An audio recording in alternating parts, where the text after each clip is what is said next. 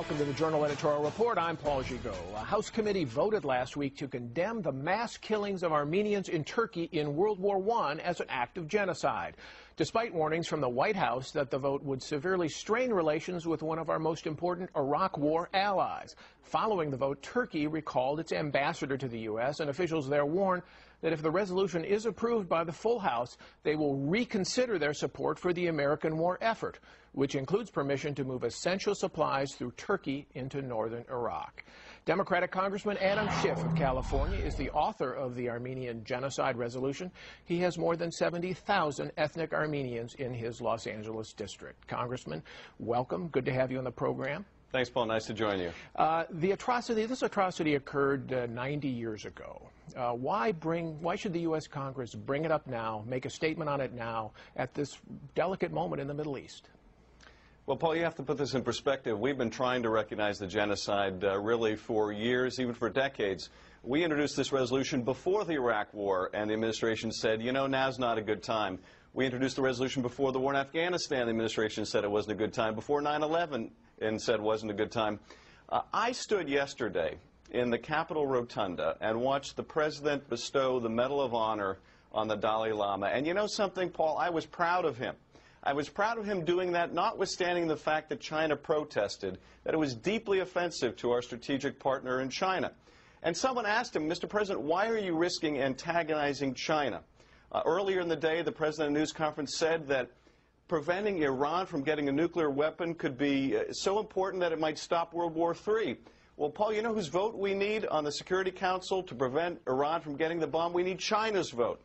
But you know something? The president said that when America stands up for human rights and freedom, America is always serving its national interest. The president was right then. But the president believes that the situation in Tibet, the invasion that took place 50 years ago, it's important to recognize what took place in China, but not what took place in Turkey, even though it involved the murder of 1.5 million people. But that doesn't make sense to me. Congressman, the current dispute in Tibet is actually ongoing. It's about human rights in Tibet now. And you know something, this Paul, resolution is 100 years ago.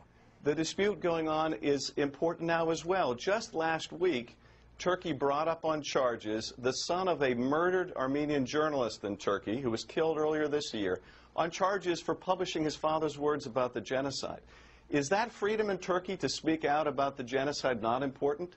Is the freedom of expression, the freedom to talk about some of the darkest chapters in the history of the world not important? Why is freedom in China important, but freedom in Turkey of so little value? All right. Well, let's say that Turkey does take offense, and they say they will, and they decide to cut off supplies, the supply route. You know, we have an important air base there in Incirlik.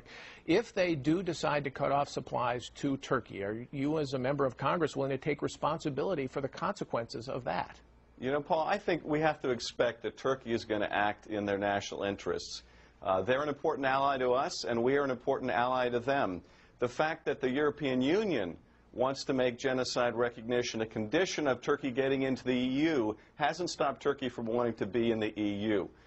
So I have to expect that Turkey is going to act rationally. But I also think, Paul, and maybe you can point to an example of the contrary, that has never been the case that we have served our national interest well by denying the truth, particularly when it involves genocide. And I don't think this is going to be the first time where it was advantageous to our country to deny that truth. At the ceremony yesterday, Elie Wiesel said that speaking truth to power gives power to the truth. That's true with China. It's also true with Turkey.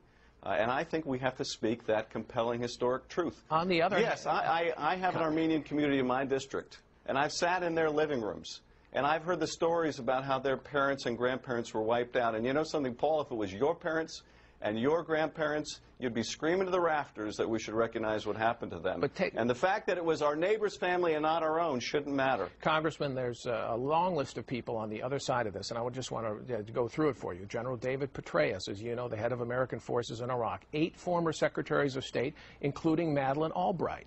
When this issue came up in 2000, President Clinton called the Republican Speaker of the House, then Denny Hastert, and asked him to pull this so it wouldn't compromise our situation in the Middle East. He did. Why shouldn't the Democrats now, at the request of an American president, decide to pull something like this when we are at a similar moment? These 8 secretaries of state you mentioned, this was their policy. They're defending their policy. During those, the administrations of those 8 secretaries, they were willing to deny the genocide. They were willing to be complicit in Turkey's denial. The last president, Paul, who had the courage to recognize the Armenian genocide was President Reagan. And what would you have said to President Reagan, Paul, if you were his advisor? Mr. President, I know you talk about the United States being a moral beacon for the world, but we're in the middle of the Cold War. This will antagonize Turkey. Mr. President, you shouldn't do it. But you know something? Ronald Reagan had the guts to do it. He had the guts to say, no, this country stands for something, and I stand for something. And you know something, Paul? You applaud him for that. Congressman, what would you for having that courage? Congressman, why shouldn't we urge this president to have the same courage? He likes to model himself after Ronald Reagan. Congressman, all the Republican presidents like to. But let's have the courage that Ronald Reagan had to speak truth to power. And Congressman, what's your response to David Petraeus, who says this is going to make his mission more difficult to achieve in Iraq? Well, you know, I respect General Petraeus. I've been to Iraq 3 times. I met him in Mosul on one of my trips there.